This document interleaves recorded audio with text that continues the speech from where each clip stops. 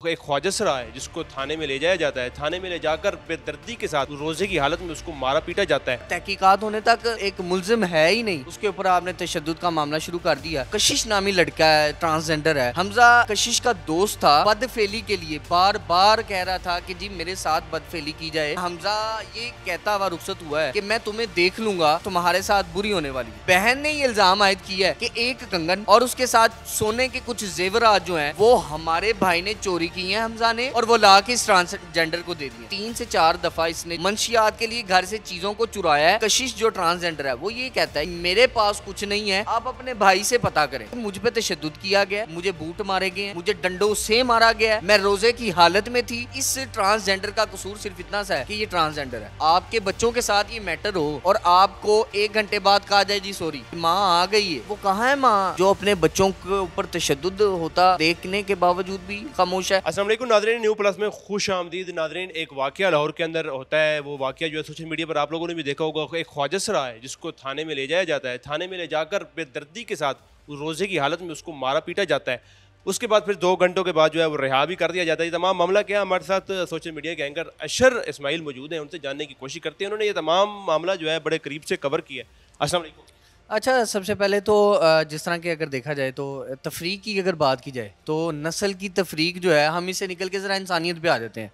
तो आप, मैं और कोई भी शख्स हो जो मुसलमान है, इस्लामी जमहूरिया पाकिस्तान में रहता है, उसका पूरा हक है कि वो अपनी उन एविडेंस को पेश करे। और तहकीकात होने तक एक मुल्जिम है ही नहीं, उसके ऊपर आपने तशद्दुद का मामला शुरू कर दिया। तो ये एक अलहदा सी साइड, अलहदा सी एज नज़र आ रही है। शुरू से थोड़ा सा शुरू करते हैं कि क्या है मामला, क्या क्या कैसे कैसे। अच्छा, शुरू से सीन इस तरह का है। बकौल उसके जो कशिश नामी लड़का है, ट्रांसजेंडर है, उसको लड़का बोलूँ, लड़की बोलूँ या ट्रांसजेंडर बोलूँ, ये शख्स जो है ये अपने घर पे मौजूद है। और बकौल उसके वो कहता है कि अचानक से डॉल्फिन वाले आते हैं और वो ये आके इल्ज़ाम आयद करते हैं जी तहकीकात के लिए जाना है। और पता चलता है कि इसके पीछे जो सारा मामला है वो हमज़ा का है। हमज़ा कशिश का दोस्त था और वो बदफेली के लिए बार बार कह रहा था कि जी मेरे साथ बदफेली की जाए। और जिस तरह रमज़ानुल मुबारक में, और रमज़ानुल मुबारक का एहतराम तो हर शख्स पे वाजिब है, चूँकि ट्रांसजेंडर ने उसे बदफेली से रोका कि जी मेरा रोज़ा है, रोज़ेदार हूँ मैं, और रमज़ानुल मुबारक में ये काम जो है वो नहीं हो सकता। जिसके बाद उसने संगीन नताइज की धमकियाँ दी और हमज़ा ये कहता हुआ रुखसत हुआ है कि मैं तुम्हें देख लूँगा, तुम्हारे साथ बुरी होने वाली है। ये कहते हुए रुखसत होता है और उसके 1 दिन बाद ही एग्जैक्ट डॉल्फिन वाले आते हैं और उसको उठा के शामिल तफ्तीश कर लेते हैं। और जब वो गई तो उसको पता चला है, कशिश को जो कि ट्रांसजेंडर है, उसको ये पता चलता है कि जनाब सामने हमज़ा है, हमज़ा के वालिद साहब बैठे हैं, हमज़ा की बाकायदा वालदा बैठी हैं, बहन बिल्कुल बहन बैठी हैं उधर।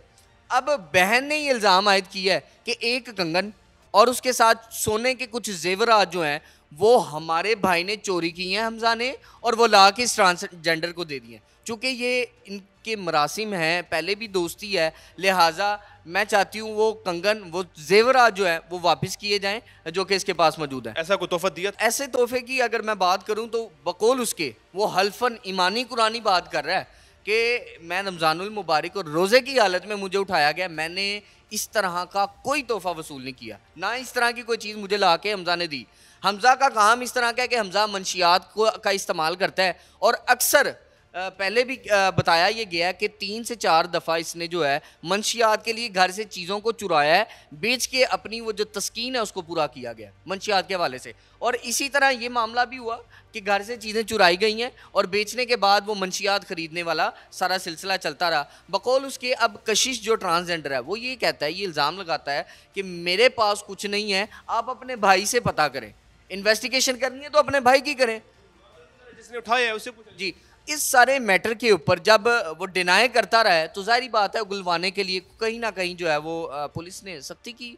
और इसी जद में बकौल इसके वो ये कहता है कि मुझ पे तशद्दुद किया गया। मुझे कशिश कहती है जी बिल्कुल, कशिश ये कह रही है कि मुझ पे तशद्दुद किया गया है, मुझे बूट मारे गए हैं, मुझे डंडों से मारा गया है, मैं रोज़े की हालत में थी, मुझे बार बार ये कहा जा रहा था आप ऊपर हो जाएं, जिस तरह आप बदफेली करती हैं ज़रा उस तरह करके दिखाएं। और थाने में मतलब उससे बिल्कुल कई बदफेली जो आप करती हैं उस तरह करके दिखाएं, और उसके साथ साथ तज़हीक अमेज़ गालम गलोच और इस तरह की ज़ुबान जो है वो बेहुदा किस्म की ज़ुबान इस्तेमाल की गई है। और कोई भी शहरी है, मैं हूँ, आप हैं, हर शख्स का एक हक है, तो ट्रांसजेंडर का हक क्यों नहीं है? बिल्कुल उसका भी हक है कि उसके साथ उसी तरह जिस तरह एक वीएन है आईजी पंजाब साहब का, कि अगर कोई शख्स आता है थाने के अंदर तो उसको रिस्पेक्ट के साथ बिठाया जाए, बाकायदा उसको मेहमान समझा जाए। और हमारे तमाम के तमाम थानों की जो ट्रांसफॉर्म है वो इसी सूरत में हुई है। अब इस ट्रांसजेंडर का कसूर सिर्फ इतना सा है कि ये ट्रांसजेंडर है। इसके ऊपर जो सारा मामला जो सरजद हुआ है, बकौल उसके वो कहता है मुझे लगता है कि मैं कोई एलियन हूँ, मैं कोई तीसरी मखलूक आ गई हूँ, जिसकी वजह से मुझे इस तरह तज़हीक अमेज़ बयानात का सामना करना पड़ा, मुझे तशद्दुद का सामना करना पड़ा। और ये सारी चीज़ें यहाँ पर रुकती थमती नहीं हैं। इसके बाद तफ्तीश जारी रहती है। जब तशद्दुद की बारी आती है हमज़ा की, बकौल उसके वो बता रही है कि जैसे ही हमज़ा को 2 थप्पड़ पड़े हैं तो उसके वालिदैन उसकी बहन समेत जाके हाथ जोड़ लेते हैं पुलिस के आगे कि जनाब इसको छोड़ दें, इसने कुछ नहीं किया, और ये मामला रफा दफा करते हैं हम।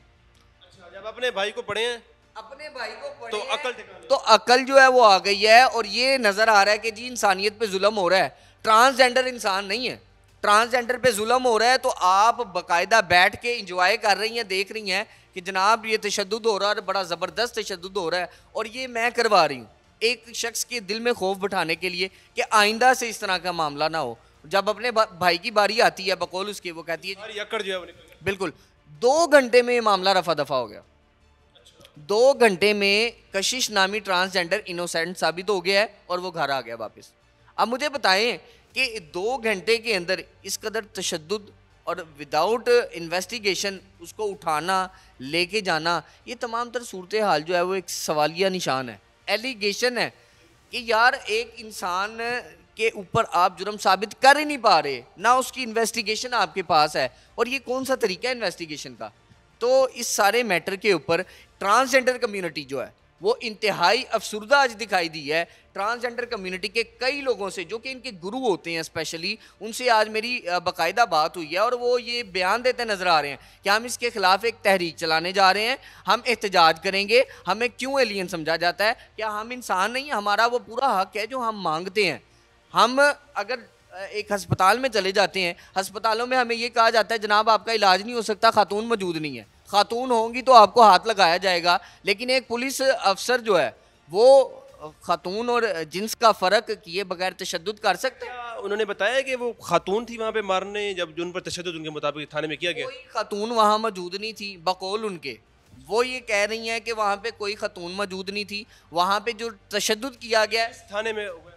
ये सब्ज़ाज़ार थाने का जो एएसआई साहब हैं, उनका जो है बाकायदा बताया जा रहा है कि उन्होंने तशद्दुद किया है और उनकी ईमा पे ये सारे मामला जो है वो होते रहे।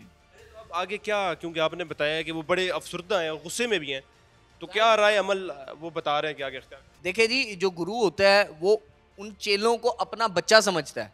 आपके बच्चों के साथ ये मैटर हो और आपको 1 घंटे बाद कहा जाए जी सॉरी, माजरत, ये गलती हो गई, हाँ हाँ तजलील, तो मुझे बताएं आपका क्या रद्द-ए-अमल आएगा? आपका तो दिल फट जाएगा जब आपके सामने तशद्दुद किया जाएगा, जिस्म पे निशान डाल दिए जाएंगे। आप तो परेशान हो जाएंगे कि ये क्या मामला है, किस तरफ जा रहा है, इसका कोई हक नहीं है। तो इसी तरह जो गुरु हैं इस वक्त, वो उनकी आंखों में आंसू थे। मैंने खुद जो है उनकी आंखों में आंसू देखे हैं और इंतहाई अफसुर्दा, गमगीन, और इस बात पे वो बार बार सवाल उठा रहे हैं कि हमारे ट्रांसजेंडर कम्युनिटी को हक देने की बातें सिर्फ की जाती हैं, ये हवाई बयानिए क्यों बनाए जाते हैं? हम पे कई एडें आती हैं, ठीक है, वो ये उठा लेते हैं, इस्तेमाल की जाती हैं। आला हुकाम को ये जो हमारी हक सल्पी है क्यों नहीं नज़र आती? तो मरियम नवाज साहिबा जो कि बात करती हैं, अभी लोगों में वो माँ का किरदार अदा कर रही हैं और ये बड़ा मशहूर है कि माँ आ गई है। तो वो कहाँ है माँ जो अपने बच्चों के ऊपर तशद्दुद होता देखने के बावजूद भी खामोश है? और वीडियोस जो है वो चीख चीख के ये पैगाम दे रही हैं कि इंसानियत शायद पाकिस्तान में ख़त्म हो चुकी है। ये क्या मामला है? तो इस सारे मैटर के ऊपर जो है मुझे लगता है ट्रांसजेंडर कम्युनिटी वो एक्टिव नज़र आ रही है। जी बिल्कुल, एहतजाज की तरफ जा रही हैं और आज बाकायदा उनकी एक कमेटी जो है वो तश्कील पा रही है, जिनके ऊपर बात होगी कि उन्होंने किस किस्म के मुतालबात रखने हैं और क्या कुछ जो है आगे एक्टिविटी कानूनी जो है उन्होंने चाराजोई करनी है और किस तरह का कानूनी रास्ता लेना है। भाई आपका बहुत बहुत शुक्रिया तमाम मालूमात हम तक और नाज़रीन तक पहुँचाने के लिए। हमारी भी दरख्वास्त है ज़ाहिर मरीम नवाज़ से, क्योंकि वो ख़ासतौर पर ख़वातीन के हकूक़ की बात करती हैं, तो ज़ाहिर है जो ये कम्युनिटी है ये भी अपने आप को शी कहलवाती हैं, करती ही इसके साथ इस्तेमाल होता है, तो ज़ाहिर है ये भी ख़वातीन हैं तो उनके भी हकूक़ हैं।